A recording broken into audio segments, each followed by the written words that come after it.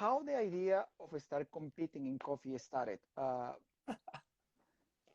Why compete for you in coffee? So I didn't want to compete at the beginning. It was more like by incident that I started. It was in 2012 that I already started back after cosmetics and coffee. Mm-hmm. And I started with a new company, and I went to do a barista class.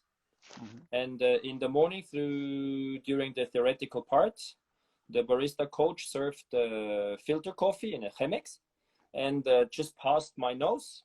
I smelled, and okay, if you had 400 to 800 cups of Kenyan coffee every day, you will remember this smell even 12 to 13 years after you left Kenya. So I said, it's Kenyan coffee.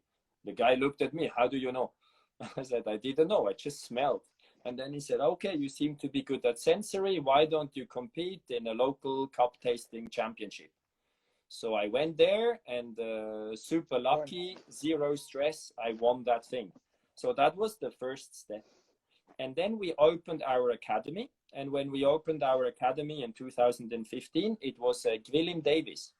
He came to our academy, and he opened this academy for us. And he started to talk to me about coffee. And at that time, I was pure marketing director with some sensory know-how. And then I looked at him, how he moved behind the machine. And he was like a cat, so smooth, so fast. You could not even see him moving. And suddenly the coffee was ready. So I was pretty much impressed by that. And secretly, during my free time, I started to make espresso because I was impressed by how he moved. And then I was invited to a barista jam in Munich as a visitor. It was organized by Victoria Arduino, and they invited me to visit. And I told the guys, if I come, I want to compete, because otherwise I can also compete and see, because just going, driving 5 hours to just see doesn't make sense. I want to compete. So I started to practice every night 3 to 4 hours, and I really got into it. And then I was lucky again, and funny enough, I was winning this barista jam. So but it was always hard work. People often said, yeah, but he worked for a big company and maybe he was lucky. Mm-hmm. Yes, I was lucky to work for a big company that supported me. But at the end of the day, you have to work hard yourself. Mm-hmm. And then I went 2016 for Rob Kerkhoff, the Dutch Brewers Cup champion. And I helped him for sensory to go to the World Brewers Cup Championship. And that was the first time I saw behind the scene and what's going on the world stage. Mm-hmm. And I got pretty much excited what I have seen there, and everybody was totally stressed out. There was a tremendous tension backstage. But I liked the way Rob and his team prepared for that championship. It was really a great team effort, and I totally got into it. We had Gloria coming to our academy, Christian, so many world champions, they came to our academy.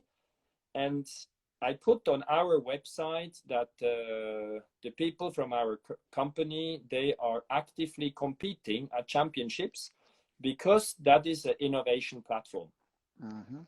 And I put it there, and then I waited for a couple of weeks, and then I told all the board members, listen, now we need someone to compete because we put it on our website. And for 3 months, nobody was, we could not find anyone. And then I said, either, because marketing needs to be credible, either I take it off or I'm going to compete myself. And the rest is history. So I put my name down, and that's how it all started. Okay, and then you won the Swiss Barista Championship. And my question is, after that, what happened exactly? Because I'm a little bit confused. Did Hideroni Isaki contacted you, or you contacted him? No, so I was, I'm quite close to my Italian family from Vittorio Arduino and Nova Simonelli. So I was calling Giovanni because I saw Giovanni on a coffee festival. He's part of Vittorio Arduino, and I called him. And then he said, wait a second, I have someone next to me. And he was with Hidenori, and Hidenori was like, "Whoa, man, congratulations! How did you do? Blah blah blah." And I said, "I don't know. I somehow won this championship, and I have not the slightest clue what to do." And he said, "Don't worry. If you need any help or if you need any advice, send me an email, and then maybe I can give you some directions." So I contacted him at that time, and then we started working together. That was another amazing experience. That's beautiful. I mean, that's very interesting because so I just wanna share this point of view from my perspective, and is before I started preparing for the Cup Taster Championship, I really thought that was only about just tasting coffee and just deciding which one is the best or whatever, and in my mind was that's going to be easy. In my case, it wasn't easy because I needed a lot of preparation after work, going to train. Now, I know that you had a lot of preparation. Please share that with us. How long time? Because I heard that you were preparing up to 20,000 espressos before you got the first espresso right. So please tell us more about it. So after winning the Swiss Championship, what is very important to understand, I won the Swiss Championship, but during that year, the level was maybe not so high. And maybe I was just brutally lucky to win by just a few points. But then even being a national champion, you have to reflect what you have just done.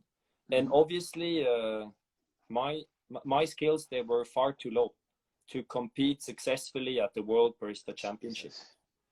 And I was very lucky that I have been given 6 months totally off my job to prepare for this World Barista Championship. Because I said I'm normally my normal life at that time, I was a marketing director. So normally you will not get this time by the company and you will not have the opportunity to train so hard. So I've been given this opportunity, and I said many competitors to become world champion, they will compete several years, Aga, I heard she competed in more than 30 competitions. Then the current World Barista champion from Korea, she competed 8 times. I think Ben put all these great champions, they compete several years. And I said, I'm going to do it once, but I'm going to do it 1 year that hard that I hopefully manage to become, to reach this top level. And I remember when I discussed with Hide, I told Hide, my dream is to become world champion.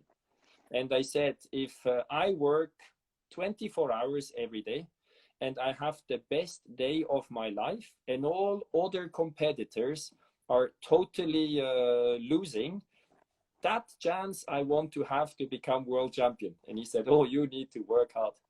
And I went for 6 months to Japan. I worked there in this academy, and it's true, I extracted 23,000 espressos. I worked pretty much 7 days a week. During those 6 months, I only stayed 4 weekends at home. And I remember several days, even together with Hidenori, to work 24 hours nonstop. So if you think barista is cool, Barista Championship is nice, of course it's nice, but there's a lot of hard work that you don't see when someone competes or performs on stage and everything looks very smooth. It's a lot of work behind. So when I started, I really didn't know much. I need to start working on the machine, the basic barista skills. So the first couple of months, I just came in every morning and did 400 espressos, just with a cheap, any type of coffee, just looking at consistency. So consistent dosing, distribution, tamping, putting in portafilter, starting the extraction, make sure that you always have the exact same shot time, the exact same amount of coffee inside the cup. So that was quite challenging. 23,000, preparing for everything. and still we have in, I can say in the coffee industry, but some that they say that is easy. Being barista has to be easy. I remember my father when I told him, I told, when I told him, man, I'm going to be a coffee professional. He used to be my father. He was a mechanical engineer, Mm. so he was all about physics, mathematics. He Yeah. was a numbers guy. So when I told him that, he looked at me and he said, "Dude, that I don't know. That's easiest. There is nothing easier than that." I said, "Man, this is difficult." So and there is, I know a lot of people that they say barista is the easiest job you can have. I am not a barista. However, I respect a barista because there is a lot of things that you have to keep in mind if you want to prepare a perfect espresso, Yeah. not only for competition, but also if you are in your coffee shop, if you want your customers to come back to you, you have to make sure that the coffee you're preparing is tasty. Sometimes I got really mad when I see people looking at the price board and saying, why this coffee is so expensive? So don't need the coffee. Is the talent of the barista? Oh man, respect, really, really, really, really huge respect. Um, uh, it was there a moment for you when you were training with Hidroni that you thought, I can't do this anymore? Pretty much every day, you know. Okay. You know, that year was very intense. I Mm-hmm. had to learn to make espresso what other competitors learned over years. So I knew I only have a very short period of time. Then I was in Japan, and Mm-hmm. none of my team members could really speak English. So I was pretty much on my own. And many things I didn't know, you know, about espresso making. Then, for example, the grinders. Mm-hmm. I needed help to season the burrs. I didn't know what to do. Mm-hmm. Then I needed to align the burrs. I didn't know what to do. I asked them when I set up my machine about the water quality. Nobody Mm-hmm. could help me, so I had to do all these things together just to set up the framework to start training. So it took me a lot of time because nobody could really help. And then you start working. You will ask for roasted coffee. They will bring you like the darkest roast you have ever seen. Then you start working. When I started with the Ikawa, first it went well, then nothing went again. And I had problems with the visa because you can only stay 180 days. And then I needed to extend, and nobody was there to really support me. Mm-hmm. So pretty much every day I felt like I can just go back and work as a marketing director, you know, good money. I know what I'm doing. You go in the morning, you go home at night, everything is fine. And I don't need to go out of my comfort zone. But at the end of the Sheesh. day, you know, it's like an ultra trail. You need to go through because you know there is a goal, there is an end to this race, and once you finish the line, you cross the line, you finish the race, then you will feel relieved. Then a couple of days later, only then you will fully understand what you have just achieved. So there you just need to keep going. And when you exchange with other competitors, I think many of them will tell you the same story that they had many days where they wanted just to throw everything Yeah. and stop it. Ah, thank you for sharing that with us, man. Beautiful. Thank you so much.